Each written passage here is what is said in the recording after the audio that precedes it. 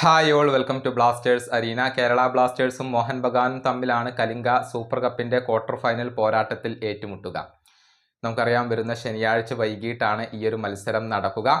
കഴിഞ്ഞ മത്സരത്തിൽ ഈസ്റ്റ് ബംഗാളിനെ എതിരില്ലാത്ത 2 ഗോളുകൾക്ക് പരാജയപ്പെടുത്താൻ കേരള ബ്ലാസ്റ്റേഴ്സിന് കഴിഞ്ഞിരുന്നു. എന്നാൽ ക്യാപ്റ്റൻ അഡ്രിയാൻ ലൂണക്ക് മത്സരത്തിൽ പരിക്കേറ്റിരുന്നു.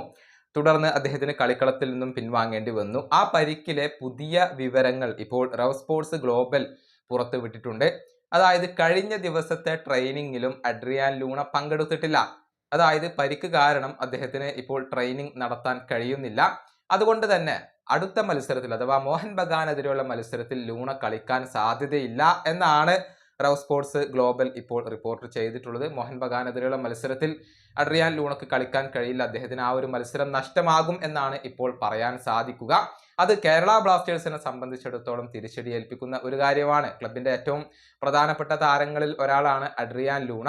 പ്രത്യേകിച്ച് 6 വിദേശ താരങ്ങളെ ഉപയോഗപ്പെടുത്താനുള്ള ഒരു ഓപ്ഷൻ ഇവിടെ ലഭ്യമാണ്. ആ ഒരു സ്ഥിതിയിൽ നിന്നും ഒരു വിദേശ താരത്തെ നഷ്ടമാവുക എന്നുള്ളത് തിരിച്ചടി ഏൽപ്പിക്കുന്ന ഒരു കാര്യമാണ്.